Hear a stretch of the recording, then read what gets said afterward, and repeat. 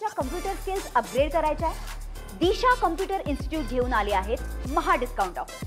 आता कोणताही कोर्स करा फक्त 1800 रुपयांमध्ये।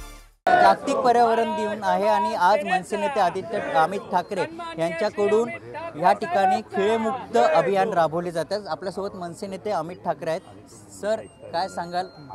अनेक भागात आपण जात आहे खेळमुक्त घेऊ करू।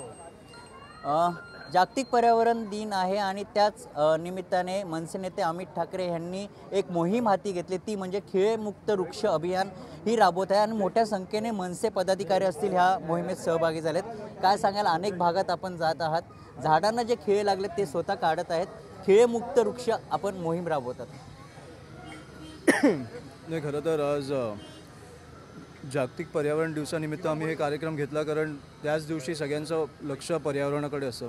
बाकीचे दिवस आपण पर्यावरणाकडे एवढं लक्ष देत नाही, ज्या ज्या दिवशी जो दिवस असतो तेव्हा आपला फोकस तिकडे असतो।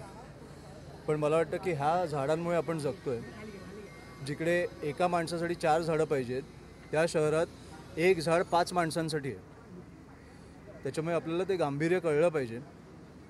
आणि कसं आहे की आपण हे खिळे जे ठोकतो झाडांमध्ये, त्या झाडांना माणसांना त्रास होतो तसा त्रास होतो।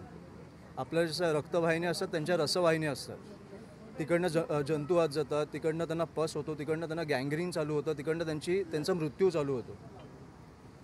आणि मला वाटतं की कुठेतरी आपण जास्ती झाडं लावली पाहिजेत हे बरोबरच आहे, पण तसं ही जी आपली 40, 50, 60 वर्ष जुनी झाडं आहेत ती वाचवली पण पाहिजेत।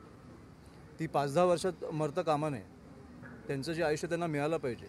ते फक्त किंकाळ्या फोडत नाहीत किंवा त्यांच्या वेदना सांगत नाहीत म्हणून त्यांना त्रास नाही होत असं नाही आहे, तर त्यांना तोच त्रास होतो। हे मला पण आत्ताच कळलं की त्यांना पण तसाच त्रास होतो जसा माणसांना होतो, फक्त ते किंचाळू नाही शकत। त्याच्यामुळे मला वाटतं की हा उपक्रम आम्ही त्या निमित्ताने घेतला आहे की हे जे खिळे आहेत, आणि ही सुरुवात मी मगाशी बोललो तसं आमच्या पक्षातर्फे केली आहे की आमच्या पक्षाकडनं कुठच्याही झाडाला खिळा मारून आमचा बॅनर किंवा फोटो लावला तर मी जबाबदारी घेऊन मी तो काढून टाकला।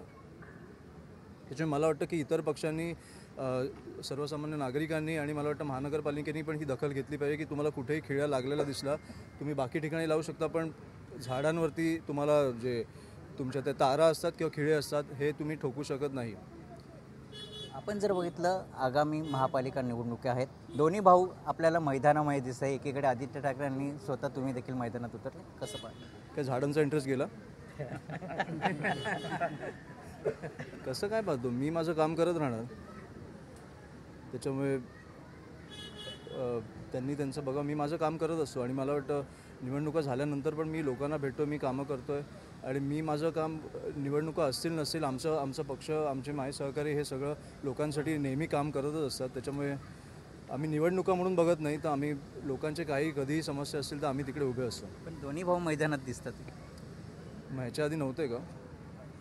ते मैदानात असतातच ना। आपण जर बघितलं, आदित्य ठाकरेंनी देखील महाराष्ट्राच्या हितासाठी दोन्ही ठाकरे एकत्र आले तर आम्ही सोबत लढू असं देखील ते म्हणालेत। मला वाटतं त्यांना सांगा की हे सकारात्मक त्यांची भूमिका आहे। हे मीडियाद्वारे किंवा मला वाटतं वर्तमानपत्रातनं असे बोलून मला वाटत नाही की युत्या होतात। मला वाटतं त्यांचे काका आहेत, त्यांनी फोन करावा, त्यांच्याकडे नंबर असणार।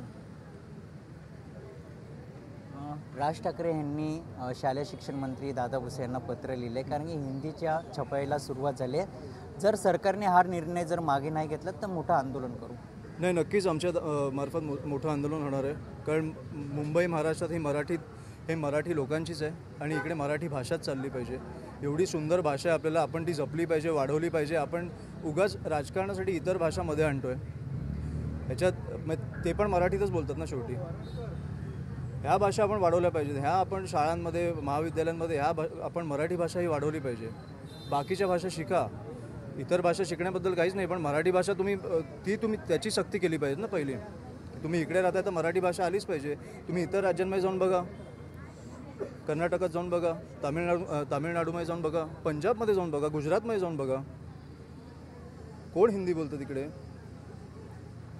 आज संदीप देशपांडे यांनी, संजय राऊत यांनी जे नरकातलं स्वर्ग पुस्तक लिहिले, आज संदीप देशपांडे पुस्तक वाचलेत आणि ट्विट देखील केलेत। राऊत नेहमीच म्हणतात राज ठाकरे हे माझे मित्र आहेत, पण मात्र असं कुठेही दिसत नाही, कारण संदीप देशपांडे म्हणाले की राज ठाकरे यांनी कधीही म्हटले नाहीत की ते माझे मित्र आहेत। मी त्या दोघांचा विषय मी काय बोलू। माझं म्हणणं आहे, जसं तुम्ही पुस्तक पाठवलं तसं तुम्ही युतीचा पण प्रस्ताव येऊन सांगा ना. मीडियाद्वारे काय बोलताय? पुस्तक पाठवलं ना, तसं मित्र असतील तर घरी या, आमच्या कॅफेटेरियामध्ये कॉफी प्या. दोन्ही ठाकरे जर एकत्र आले तर मोठा फरक जाणू शकतो का आपल्याला? अमित साहेब ठाकरे यांचा नक्कीच त्यांनी सांगितलंय अमित ठाकरे यांनी की युतीचा प्रस्ताव पाठवा आणि त्यावर राज ठाकरे लवकरच निर्णय घेतील, अशी प्रतिक्रिया अमित ठाकरे यांनी दिली आहे. कॅमेरामन संतोष कदमसह मयुरज जाधव, TV9 मराठी, विक्रोली.